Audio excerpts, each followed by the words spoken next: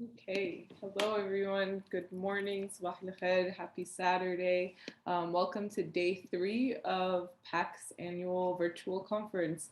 Thank you for spending your Saturday morning or after, I don't know what time what time zone everyone is in, but I think we're all in the morning time. So we're very grateful that you're spending your Saturday morning with us, learning about Palestine and healing and continuing all of the great conversations we've had over the last 2 days. I'm just going to jump right in and get us started because we have a really great conversation, lined up for this morning. And it's my pleasure to hand the virtual mic over to our two moderators for today, Barry Mahmoud and Sana Sheikh, who are going to introduce our amazing speaker and also moderate the Q&A session. Good morning, everybody. Welcome everyone to PAC Conference 2022. My name is Barry Mahmoud, and joining me as well in moderating is Sana Sheikh. We're both students at Rutgers New Brunswick, and we're both organizers with the Students for Justice in Palestine at Rutgers New Brunswick campus. Hi everyone, my name is Sana Sheikh, and today we're presenting our session titled Stories from Palestine. To properly advocate for Palestine in the US, we must understand the reality Palestinians face on the ground in Palestine and uplift and honor their stories. This session invites speakers from Palestine to share not only their everyday reality and lived experiences, but also what they need from the rest of the world. Joining us today is Dr. Ramzy Baroud. Dr. Baroud is a journalist and the editor of the Palestine Chronicle. He's also the author of 6 wonderful books, and his latest, which is co-edited with Ilan Papi, is Our Vision for Liberation, Engage Palestinian Leaders and Intellectuals Speak Out, and we will be linking his new book soon. Dr. Baroud is a non-resident senior research fellow at the Center for Islam and Global Affairs at Istanbul Sabahattin Zaim University in Turkey. Dr. Baroud will speak for 40 minutes, and then we will have about 20 minutes for Q&A. Please feel free to type out your questions throughout the session, and we will get to them all at the end in the order they were received. And now, without further ado, Dr. Baroud, please take it away. Thank you very much, Barry and Sana and Abir and everyone involved with the Palestinian American Community Center and those who are tuned in today. I really do hope that we can not only have you listen to me, but rather have a meaningful conversation afterwards. In fact, I will try to, if possible, and sometimes I just cannot control myself, but try to keep it at half an hour or so, so that we can prolong our conversation and the questions and answers and hear your comments as well. First, I would like to just briefly address the issue of why is it important for Palestinians to tell their stories? Why is it important for Palestinians to claim not only their share in the narrative on Palestine and Israel, but also the centrality in that narrative as well? Trying to answer that question could also explain pretty much most of the choices I have made in my life as an academic and as a writer and as a journalist. It is a question that I have been chasing for so many years, starting at being a teenager, growing up in a refugee camp in Gaza, and kind of perceiving the world and the story of Palestine and the history of Palestine from the viewpoint of the refugees in my refugee camp. My refugee camp is called Nusayrat, and it is the largest in size, second largest in population. Now you have nearly 100,000 refugees living in that camp. And my existence in the camp was centered around, to the left of my house, we had the martyrs graveyard. That's where most of the martyrs, mostly young people, especially those killed during the first Intifada, 1987, were buried there. Right to the front of my house was the Martyrs Mosque, later on called the Izzuddin al-Qassam Mosque. And all around me were refugees. And every one of these refugees, kind of referenced his existence or defined his existence based on the place from which they were ethnically cleansed from Palestine in 1948. So we lived in refugee camps, but we almost did not recognize that existence. When people asked me as a child, where are you from? My answer was always, I am from Beit Daras. Beit Daras is one of the nearly 500 Palestinian villages that were destroyed by Israel or by Zionist militias in 1947, 1948, in what we Palestinians call the Nakba, or the Great Catastrophe. Despite of the passing of years, generation after generation, we are still linked to that history. And we still see ourselves as people who are rotating around the identities of these villages. Now, the vast majority of these villages do not exist. They have been erased entirely. And in their places, you either have Israeli cities, towns, villages, or just empty spaces. But there is something else that happened to that erasure of Palestinian reality, physical reality on the ground. History as well has been erased. Israel has spent so much time and resources, and from the very, very early on, to ensure the erasure of anything Palestinian. And they've been doing it ever since, and they continue to do it until this day, and they will continue to do it until the day that Palestinians recover their national rights and their human rights, and they manage to redeem all of these injustices at one point in the future. Because as long as Zionism is there, as long as that process of the complete erasure of the other will continue. To give you just one of numerous examples, in 2013, specifically in May 2013, the Israeli newspaper Haaretz revealed a document, that, and I have here the name of that document. It's GL 18-17028. Seems something bureaucratic, irrelevant, an old government piece of paper. Why is it important to us Palestinians? It's important because sometime in the early 1950s, the Israelis were struggling, trying to reconstruct history, or rather fabricate history. And one of the issues that they couldn't deal with successfully is what happened to the Palestinian refugees. You know, those hundreds of thousands of people who were driven out of their homes. What is the official Israeli response to why the Palestinian refugees have become refugees? Now, Israel was struggling at the time. There was a refugee, humanitarian catastrophe happening not just in the West Bank, Gaza, but throughout the region as well. Lebanon, Syria, Jordan, of course, Egypt, even Iraq, and other countries. And there was international pressure as to the need to compensate or allow the refugees to go back home. So that document was a request made by Ben-Gurion, the Israeli prime minister at the time, to Israeli historians and intellectuals. We need a unified response to as why the refugees have left. Now notice how historians, like whenever you see a reference to the Nakba in today's news, in American media, in British media, European media, there's always that reference to hundreds of thousands of Palestinians who have fled or driven out. The term fled there is very, very important.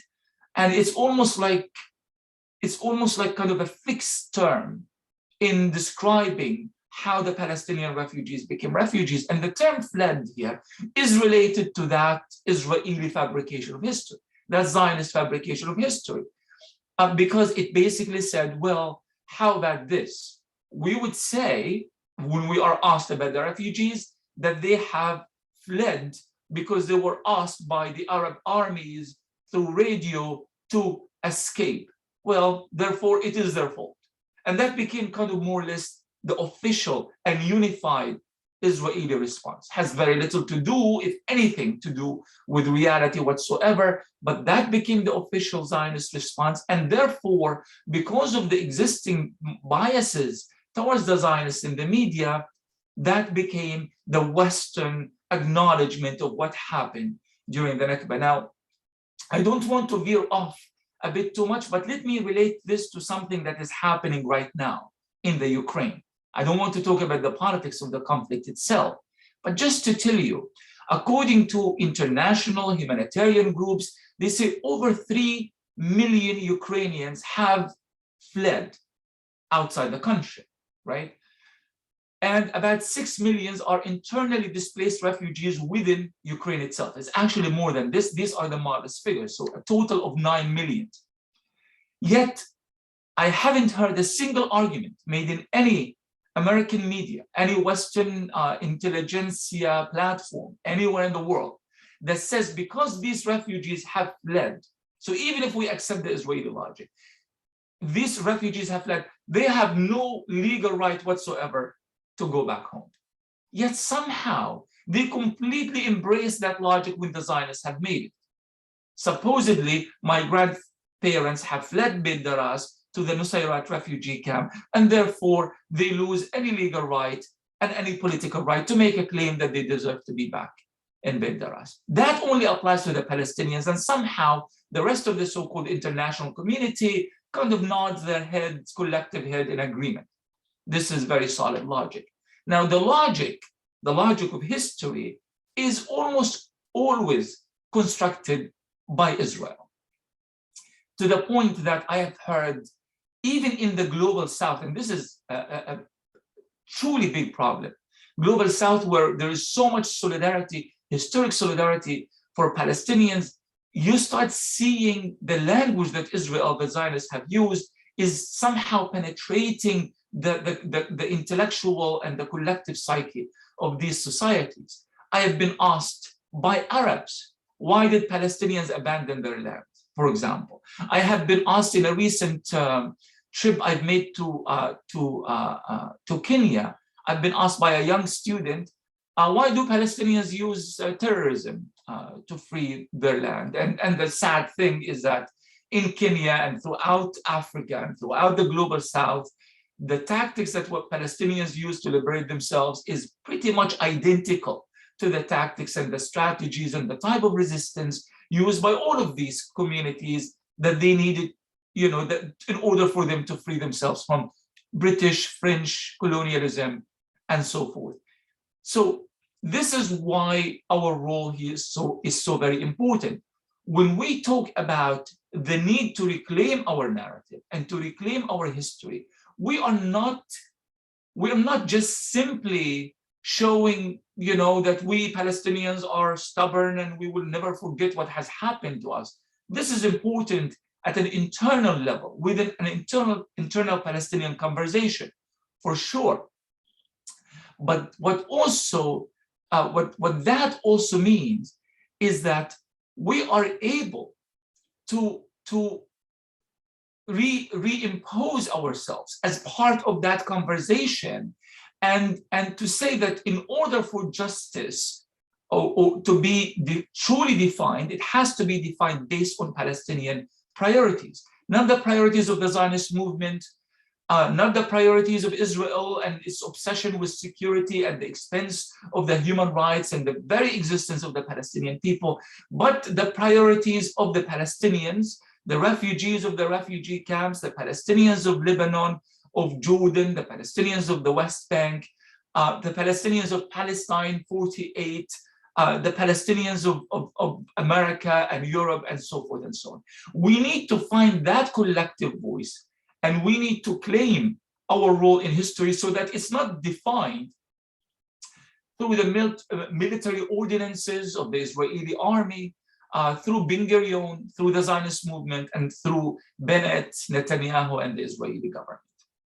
Now, just to show you how keen Israel is on robbing Palestinians of their history and imposing the fabricated Israeli Zionist alternative. After the Israeli occupation of whatever remained of Palestine, West Bank, East Jerusalem, and Gaza in 1967, numerous ordinances, hundreds of ordinances were passed by the Israeli army in order for them to control the Palestinian population in the newly occupied territories. Dozens of these ordinances focused on the issue of education. Palestinians could not teach their history to their children. I grew up in a refugee camp school in Nusayrat, run by UNRWA, in which I had never experienced learning anything about Palestinian history. Now, mind you, when I was actually born in that refugee camp, some of the greatest history in the Middle East has taken place there. Not far away from my house were some ancient Byzantine villages, ancient Roman temples, ancient Hyksos facilities and trenches and all sorts of incredible history that actually happened there, leading us all the way, starting from the Canaanites, Al-Kan'aniyun, all the way to today's history. But we were completely unaware of it. We knew that something incredible happened here, but we were not allowed to talk about it. What we were allowed to talk about is you study Egyptian history, you study the ancient, the stories of the pharaohs and all of that, but you're not allowed to study your own history because according to Israel, acknowledging the importance and significance of Palestinian history is a form of incitement. Needless to say, we were not even allowed to carry Palestinian flags. Children who used to paint flags on pieces of paper using crayons and would be caught would actually be imprisoned. And their families would have to pay a heavy fine to release them from prison for that supposedly violent acts that jeopardize the very existence and the security of Israel. So as a result, some of our revolutionary teachers would try to kind of sneak bits and pieces of history when nobody is looking. Literally, I remember one of my teachers, Faris Abu Shawish, I think it was in the 9th grade. You know, he was a socialist. He was imprisoned by Israel, and he knew, like other teachers, knew that there is a war on our history. So he would literally start looking around to make sure that there's no Israeli soldiers snooping around the classroom or the school, or no collaborator, nobody is standing around. And then he would start whispering little things, and we would kind of lean over, and we just gathered that something incredible happened here, but we were not allowed to talk about it. Now, this trajectory continues until today. You hear once in a while an Israeli law in the Knesset that passed to remove all the Arabic names of streets throughout Palestine and replace them with Hebrew and English names. The Israeli, what is it called? The Israeli nation, gosh, the name has escaped me. Is the law that passed in 2019, I believe, that kind of defines Israel exclusively as a Jewish state. Although Israel has always been defined as a Jewish state, this particular law, the Nationstate law of 2018, intentionally removed any reference to the Arabic language, to Arabic culture, to Arabic history, and to the rights of the Palestinians who live on that land. The only right of self-determination is granted not only to Jews in Israel, but to Jews anywhere in the world. Complete erasure of the Palestinian. The fact that we are actually a slight majority right now between the river and the sea makes no difference. I mean, this is the very definition of apartheid. This is the very definition of racism, and not just any form of apartheid, and not just any form of racism, a very gory, very sinister, and very extreme interpretation of race and the relationship between people based on racial preferences of the state. So this is what we are fighting against here. We are fighting to reclaim our history. We are fighting to reclaim our culture, but we are fighting against erasure. This is why storytelling is so very important. This is why Palestinian voices taking the center stage, and I'm talking about authentic Palestinian voices. I'm talking about Palestinian voices that truly represent Palestinian collectives, whether in Palestine itself or anywhere in the world. They are very, very essential to actually telling the story of their own people. And by doing so, they become a political reality. Honestly, you guys, and I don't think as young people, you should be accepting that. Do not be sitting in the audience and allow someone else to tell your story. Do not. Be unhappy about that. Be the one taking the center stage. Nobody, because as Edward Said has said, he said, history changes depending on what time that history is being told and who is telling that history. You see, so you can't lease your history because someone else might be more credible in the eyes of the American audience or the British audience. We've tried this. Believe me, we have. We've tried it for a long, long time. And we didn't really gain much as a result. Only when you take the center stage, only when you truly represent your people, their political aspirations, their rights, and fight for justice, articulating it using your own priorities. Sometimes I even get slightly frustrated with my own colleagues for emphasizing, for example, the similarities between Palestinian history and other history sites in South Africa, for example, to the point that we are actually neglecting our own history. So don't delve too much in comparisons and forget where you actually came from. You see, I remember I was talking to young people in Gaza. And as we know that Gaza is the heart of Palestinian resistance at this point, as it has been for a long time. But I was a little bit surprised that all of these young people were making references to events that happened in South Africa during the apartheid. And we know by our own comrades in South Africa that what Palestinians experience today by far exceed anything that the racist apartheid government in Pretoria has imposed on the people in South Africa. This is not an attempt at undermining that catastrophe, that disaster that has happened there, and the awful violence and racism that accompanied it, but not to the point that we actually neglect our own history. Even if you talk to Palestinian solidarity activists from, say, in Chicago, in New York, in London, and so forth, they will tell you about Israeli newspapers that they have read. They will tell you about an Israeli, anti-Zionist Israeli writer in Haaretz or somewhere else. But they know very little about our own writers, about our own newspapers, because it's like always this fear that Palestinians are a liability. Racism is so intense that the Palestinians have been marginalized, sometimes by our own friends, because we have no credibility, because the Zionists made it that way.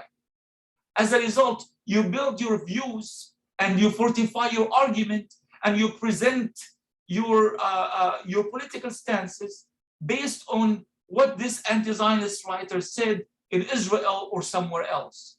But it doesn't work that way.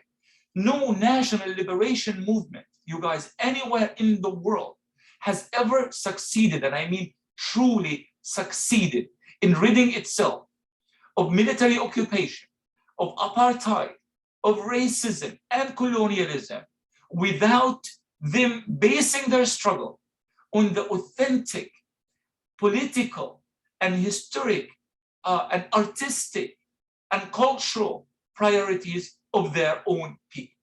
So as long as we fail at reclaiming that, as long as we have a problem. Now, I don't know how long I've been talking for, but I just want to say, something very quick about the book. And really, I'm not very good at promotion of any kind. In fact, my father used to do business. I mean, he called himself a businessman, but in the refugee camp, believe me, nobody is a businessman. And he used to say, Ramzy, when I used to help him in the market selling, whatever cheap stuff he used to buy, I was so bad at it. Everybody would be standing, jumping up and down with, come on, women of the camp, and buy this and that. And I would be standing there extremely shy, just looking at people, folding my arms in front of me, because I was so bad at, presenting the product. So, but I am gonna dare here and say something about this latest book, Our Vision for Liberation. And I know that you are gonna be putting a picture of it. Now, I am particularly proud of this book. I'm particularly proud of it because it is based on years, not just of research, but also frustration that I felt that wherever I went in the world, and I have spoken in over 40 countries, and wherever I went, there is always a brilliant Palestinian somewhere, a brilliant Palestinian.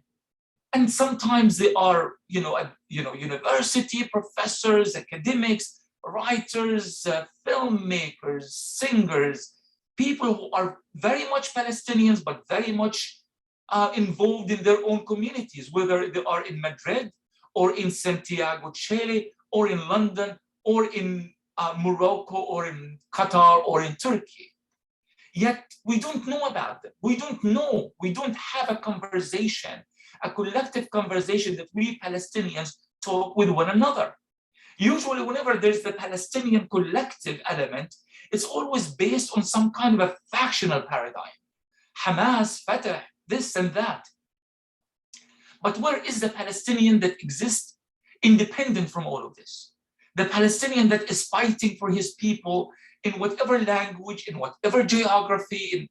So I had this idea of what if we bring these Palestinians together and to try to think, not just offer political interpretation to the situation, but rather everyone speaks in his own field in which he or she has excelled and has achieved great things based on the idea that they have to be engaged intellectuals. Now, the difference between the engaged intellectual and the disengaged intellectual, based on the writings of the anti-fascist Italian historian and activist Antonio Gramsci, who himself was more or less killed by the fascists, by Mussolini in the 1930s, is that the engaged intellectual is someone who is living the experience. He's not just preaching, but he's actually fighting for what he's preaching, and he's on the front line,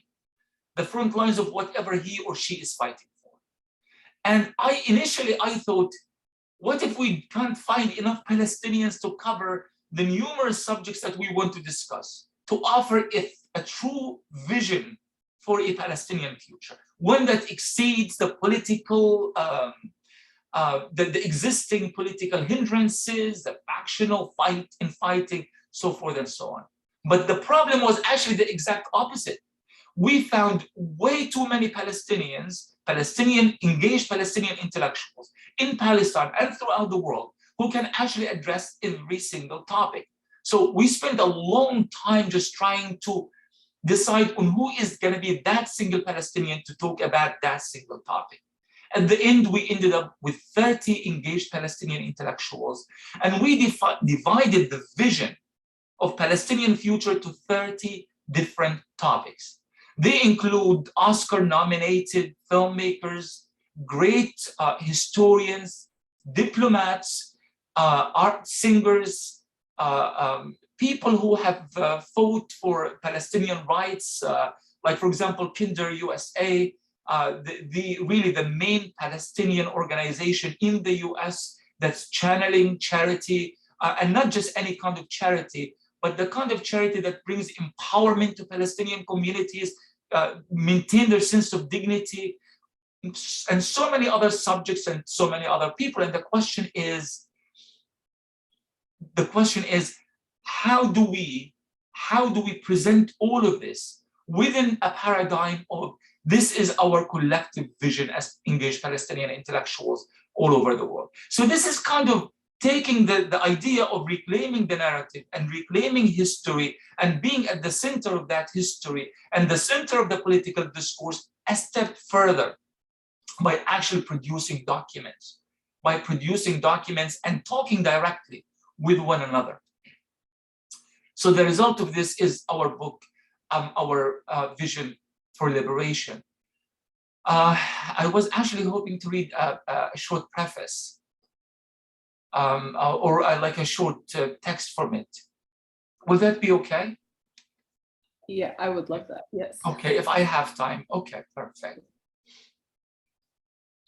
So our vision for liberation is our attempt to offer a new way of looking at Palestinian liberation. For the kind of liberation championed in this book to succeed, the Palestinian people must be placed at its core, and truly engaged Palestinians must take center stage, not only to convey the victimization of their people, and that's another major issue here, that Palestinians should not exist in the Palestinian political discourse as mere victims. Yes, we are victims of Zionism, but there's one thing that you kind of allocate that role for yourself and be satisfied with it, and using that victimization to actually fight back with and resist, and to have an actual vision for liberation for your people. So it's not only to convey the victimization of their people, but also to mobilize and empower them as well. Such engaged Palestinians are also critical to the international solidarity movement. Solidarity that is not guided by authentic Palestinian voices is simply futile. It cannot reflect the true desires of the Palestinian people, and therefore cannot effectively mobilize what is most essential, their support.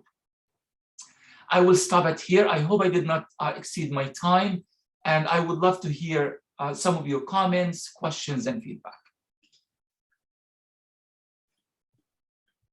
Thank you so much, Dr. Baroud. You know, it's always great to hear the perspective of, you know, personally as someone in America and a student living his whole life in America and a Palestinian living in the diaspora, it's always important and amazing to hear the perspective of people actually doing the work back home. So thank you again for everything that you just said. And now we'll transition into our Q&A portion.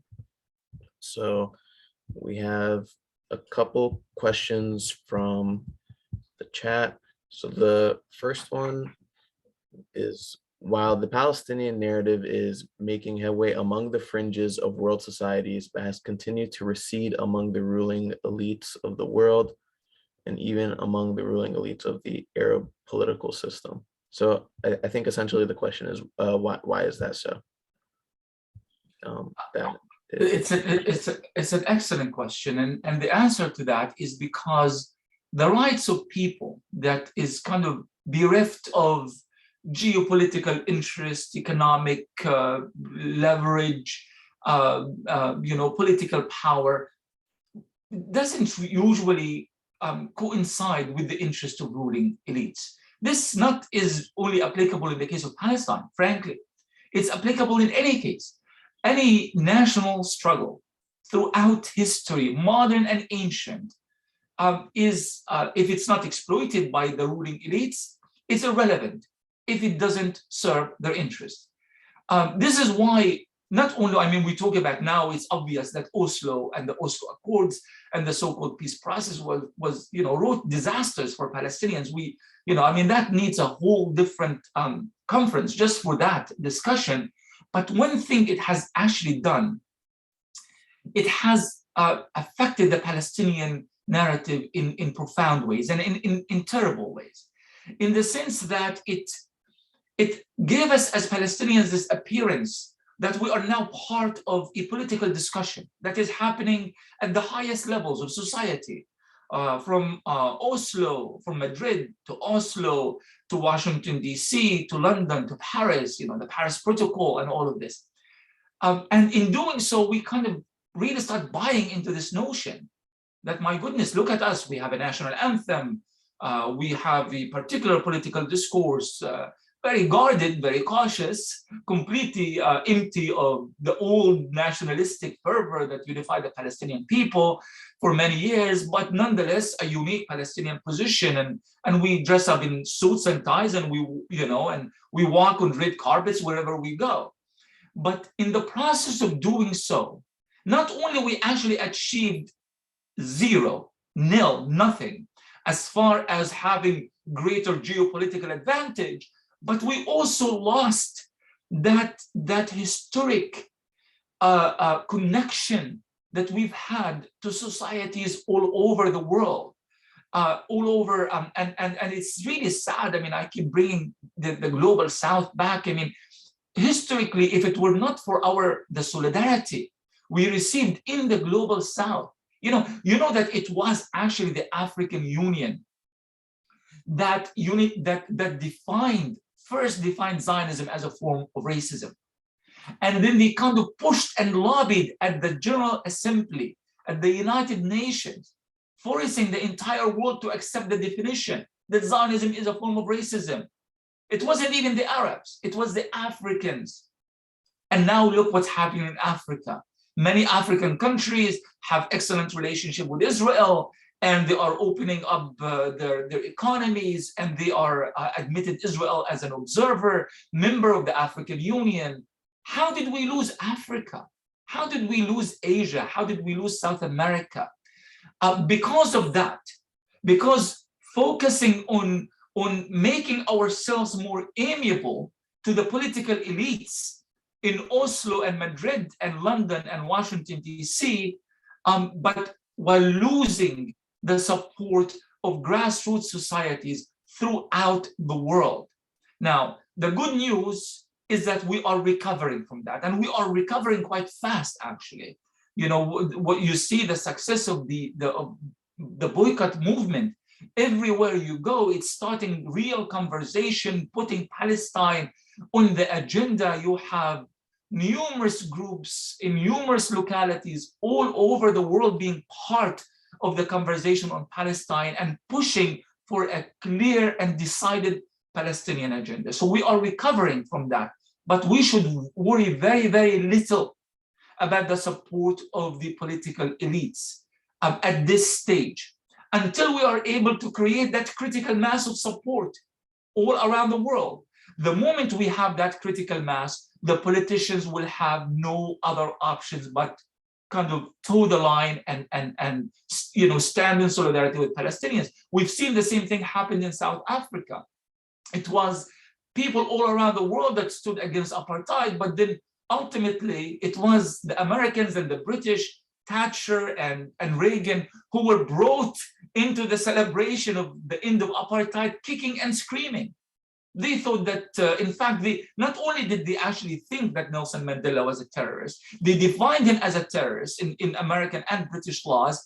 And Nelson Mandela, even though he left prison, Reuben Island, in the early 1990s, he actually was not removed from the Congress's list of terrorism until I think 2008, like 15, 16, 17 years later. Legally, Mandela was still recognized as a terrorist by the American ruling classes for years and years. So this should not be our focus at the time. It never works that way for national liberation movement. Just stay the course, keep building strong support within civil society organizations, keep pushing for new definitions. Like Amnesty International, Human Rights Watch, these new definitions that Israel is an outright apartheid state. This is absolutely critical to the Palestinian narrative. Take that new literature, these new ideas, this new narrative, and keep expanding the circle of support for Palestinians around the world. And I promise you, it will be the matter of time before politicians and ruling classes would have to acknowledge this new reality sooner or later.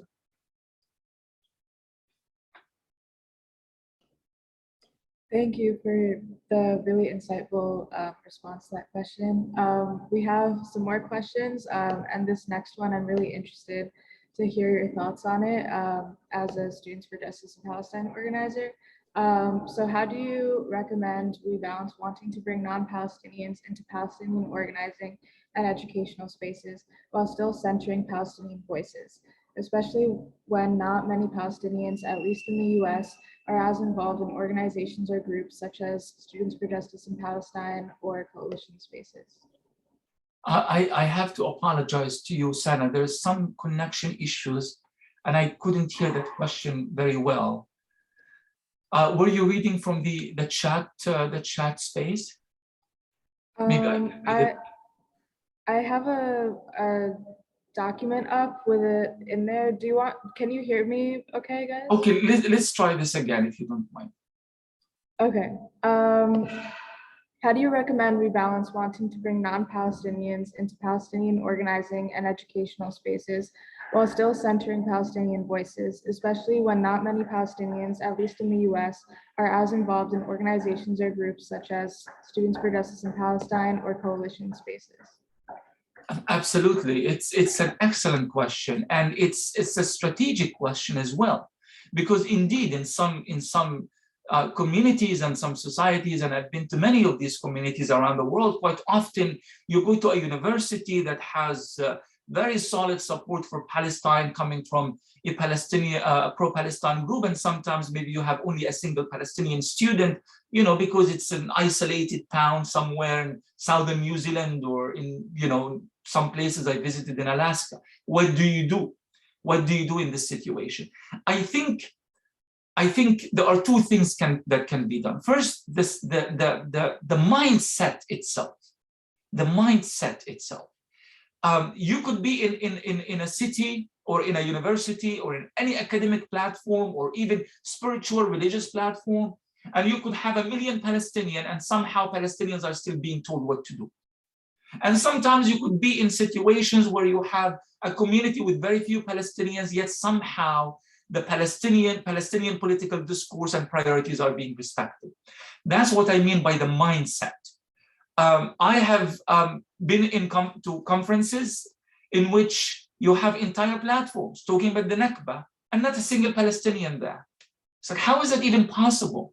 How can like 3 white people, and I really don't like to infuse race too much in every political discourse, but how can be 3 white intellectuals sitting on a platform talking about the experience of slavery and what Black people go through in this country, or 3 people from a different race talking about the mistreatment of migrants and refugees coming from South America.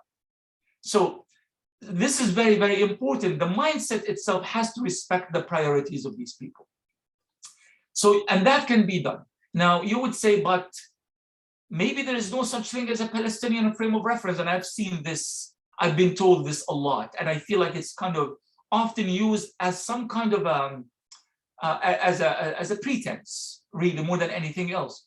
What I mean by this is, well, you know, Ramzy, Hamas and Fatah are always fighting, and you tell us Palestinian priorities, but where are the Palestinians? They're always fighting, you know? Well, 2 things. Number one, every national liberation movement from South Africa to Algeria, to Nigeria, to Vietnam and Korea has always been not only fighting, but sometimes outright civil wars. So please do not make us to be this hideous exception to all the beautiful, you know, anti-colonial movements in the world. It's just not true at all. We are by no means the exception. The second thing, we do have a movement called the BDS movement, boycott, divestment, and sanctions. And it has tons of literature coming out of it. We have numerous Palestinian human rights groups, from Al-Haq to Mizan to so many others, that have very clearly articulated Palestinian discourse and priorities, whether Al-Damir in support of prisoners, Al-Haq referencing issues pertaining to human rights, again, BDS, and so forth. And you have so many Palestinian intellectuals and writers who articulate Palestinian realities and Palestinian vision. I think that should be more than enough for them to be the guide and the intellectual base for any movement anywhere in the world. Now, based on that, everyone has to know his place in the movement.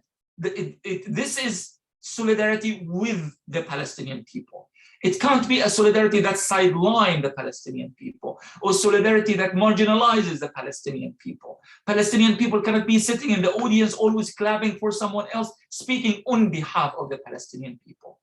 That kind of solidarity completely mixes up the priorities and confuses the priorities altogether.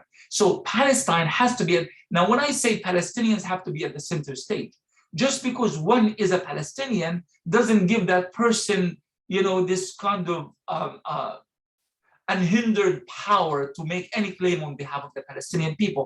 Even the likes of myself and so many others, we still have to have a frame of reference. We still have to have a frame of reference. Our frame of reference, of course, should not be Oslo and the Oslo peace process, the priorities of the Palestinian ruling elites in Ramallah, or the factional priorities whether in Gaza or Ramallah. That frame of reference should be the rights of the Palestinian people as enshrined in their history, in their struggle, in their resistance, in the massive amount of literature coming from Palestine, and of course in international law. As long as we are clear on how this narrative has to be constructed, honestly, even if the one presenting this information is a non-Palestinian, it really doesn't matter a great deal. So it all depends on the nature of the situation and the fact that are we truly adhering to Palestinian priorities, or we are adhering to self-interest and political expedience wherever we are in the world. Thank you, Dr. Baroud. Next question is, what is your perspective on the Palestinian Authority leadership and its role as protector of the settlers and working on shutting down resistance against the brutal occupation? What can be done to change this terrible situation? And second part to that is, do you think that the current Palestinian political system should be dismantled? Absolutely, it's an excellent question and a difficult question at the same time. It should be obvious. It should be obvious, and I don't think we are even at a stage where we need to start kind of counting the pros and cons of the Palestinian Authority. We played that game a long time ago, and at the end of the day, the Palestinian Authority proved not only it's not a Palestinian leadership or in any way a democratic representation of the Palestinian people, but a huge liability on the Palestinian people. And that is really, that was the topic of one recent article I wrote about the coming stage of the Palestinian anti-apartheid struggle being the most difficult. And the reason that I made the argument that it is the most difficult, because now you have to contend with the reality that you are not only fighting Israel, you are fighting the corruption from within. Many Palestinian prisoners, and another shameless self-promotion, in the book about prisoners, I wrote, "These chains will be broken." Well, I didn't write it, actually the prisoners wrote it. Many of the prisoners I interviewed, trying to kind of get, you know, what is the narrative of the Palestinian prisoners beyond victimization? What is their political ideas? What's their story? And what's the common ground of their narrative? And one thing that many of them had in common, that they were arrested twice by the Palestinian Authority, by Israel. Several of them were tortured by the Palestinian Authority and by Israel.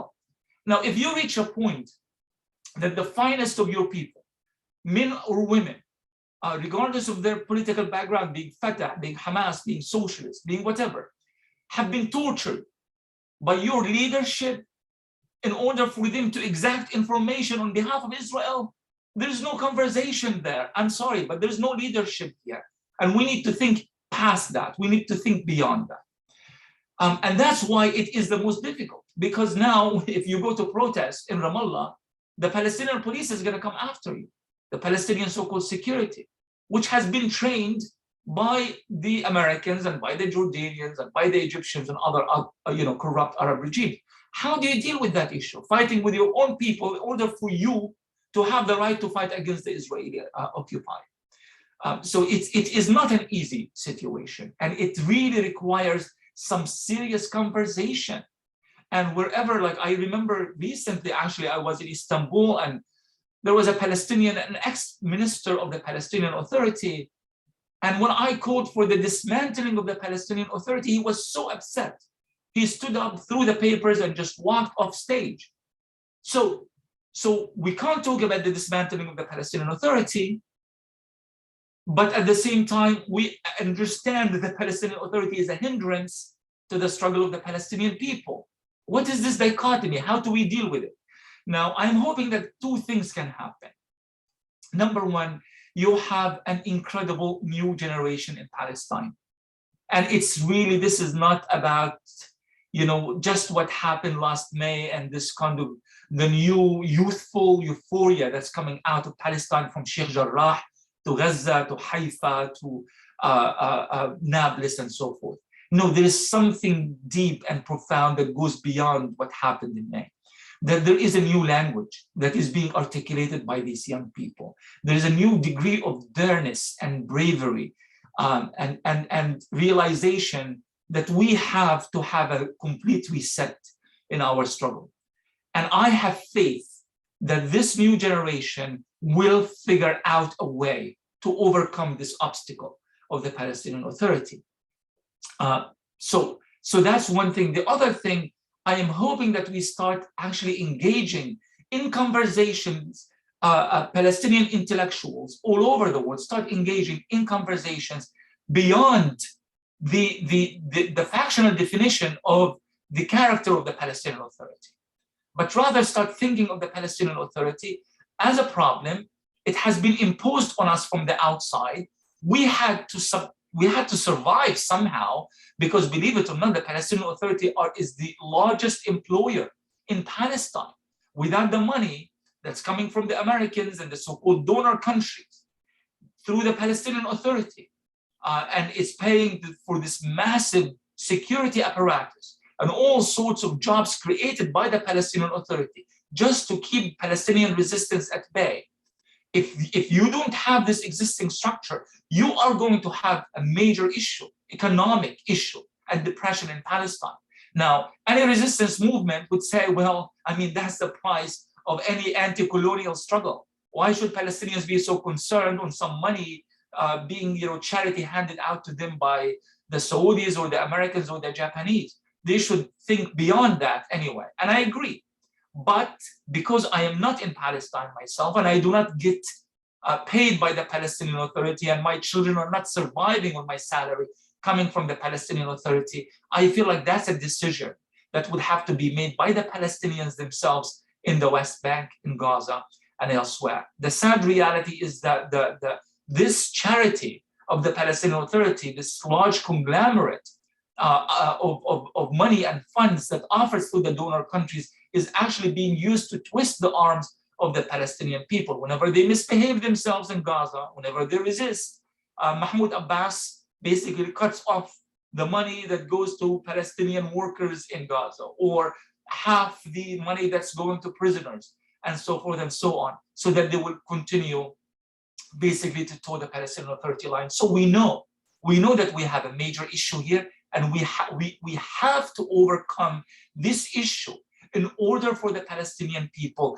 to think about the next stage of their struggle. We can't wish it away, and we can't pretend that it's not there. But how can it be done in a way that does not entirely destabilize the Palestinian society is a question that requires a lot of investigation and a lot of discussion, and has to engage Palestinians and Palestine itself.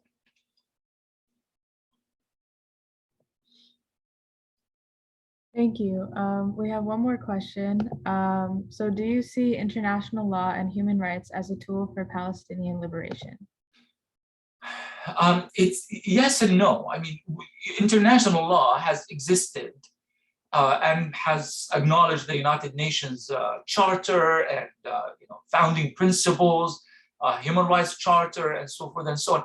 These things have always existed.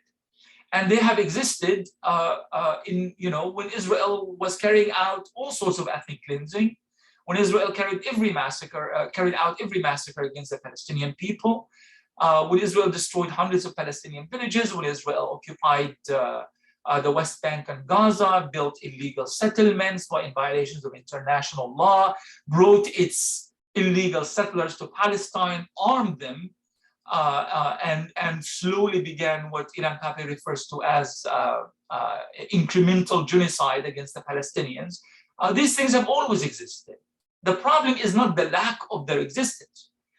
The problem is the lack of the implementation or to understanding that what's happening in Palestine is actually deserving of the implementation of these laws. Now, as long as you have an American veto, as long as you have total American support for Israel, as long as they will always find a way out for Israel, and they have. I mean, what's happening at the International Criminal Court right now of trying to hold Israel accountable. For years, we have been after the ICC to even accept the Palestinian file, to even acknowledge that Palestinians have a case against Israel, that Israel committed some kind of war crimes at one point in the last 75 years. And years and years and years and years, and we're not quite there yet. We don't have any investigators in Palestine yet. And I don't know how long they are going to stretch this. And I don't know what will it take for it to actually to happen. And if it does happen, will these decisions be enforced in any way? But within hours of the Russian invasion of Ukraine, within hours, the ICC started a file and began the legal procedure of recognizing what Russia is doing in Ukraine as war crimes, crimes against humanity, crimes against peace, crimes of aggression. You don't even need to put a case there. The judges just came from their own, based on their own volition, and they come up with all of these things, no problem, no hindrances, no questions asked. So imagine how, when it comes to Palestinians, how delayed the process of getting, our rights recognized by international law, not only to be implemented, to even be recognized or applicable to the Palestinian case. Compare this to many other conflicts that serves the interests of the United States, Europe, NATO, Israel, and so forth. They are so very quick to reach judgments regarding this issue. So yes, Palestinians have to fight through these channels. But of course, we should not expect that fight in itself is going to deliver justice for the Palestinian people. Eventually it could, in fact it will, but it has to be a component of so many other struggles all happening at the same time. And we should not be holding our breath that the West is going to hold Israel accountable simply because we have managed successfully to argue a strong case for Palestinians, whether at the General Assembly, at the Security Council, at the ICC, at the International Court of Justice. That's not going to happen. The US will block that from happening. So we need to keep fighting at that front, but at the same time, opening so many fronts until we reach what I referred to earlier as that critical mass. Once you have a critical mass of support for Palestinians around the world, not just in the West, but around the world, it will be the moment that this apartheid regime will slowly start getting dismantled. And that's when international law and humanitarian law will become even more relevant in the case of Palestine. Thank you so much, Dr. Baroud. That was our last question for the day. Just something that was brought up in the chat. We were looking forward, if it's possible, to plan more workshops and to have you come speak much more often, because we've enjoyed having you so much and we've enjoyed your conversation so much. So obviously Abir will be reaching out to you, and hopefully we'll be able to plan something like this again in the future, in multiple instances. So thank you again, Dr. Baroud, for taking the time, and thank you everyone for coming out. I would like to sincerely thank ET Staffing and Consulting LLC for being a sponsor of our conference. They specialize in engineering, recruitment, and staffing in the medical device and pharma industries, and they place engineers at contact and full-time based on our clients' requirements. So please check them out if interested. We're also going to have a quick trivia question for everyone. So if you can, we're going to put it in the chat, and the first person to answer the question correctly will be able to win a free t-shirt like the one that's shown on the screen. Thank you again, everyone. Thank you, Dr. Baroud. We will be sending all the links for your book and for his website. So please, everyone, check out the book, buy the book, read the book. And that's all we have. I'd like to give it back to Abir. Thank you again. Thank you, Dr. Baroud, so much. I just want to echo the things, like this was a personally a very validating talk that I needed to hear. So I really want to thank you for everything that you shared in such a powerful way. And I'm sure everyone else, and hopefully you can see all the comments thanking you for all the wisdom that you've shared. And I will definitely be reaching out to do some more. I saw that Reverend Fahid put in the chat, requested for us to do more of these. So hopefully we can stay connected. And I really want to thank Barry and Sana for doing such a great job moderating this, and for all your organizing efforts at SJP at New Brunswick. If any of you are interested in joining any SJP or any Palestine organizing, please, and you need some help doing that, please reach out to us. But again, if we can all just collectively thank Dr. Baroud for that great talk. And please don't go anywhere. We are going to take a short break, and we're going to be right back with a panel about healing. And healing is a very important conversation that is not had enough when talking about Palestine. So we're going to be joined by 2 licensed psychologists to talk about how Palestinians and our communities can heal together. So we'll see you all soon. Thank you very much. Bye-bye. It was a pleasure. يعطيك الصحة والعافية. Thank you very much. الله يخليك. شكرا لك. الله يخليك أستاذ.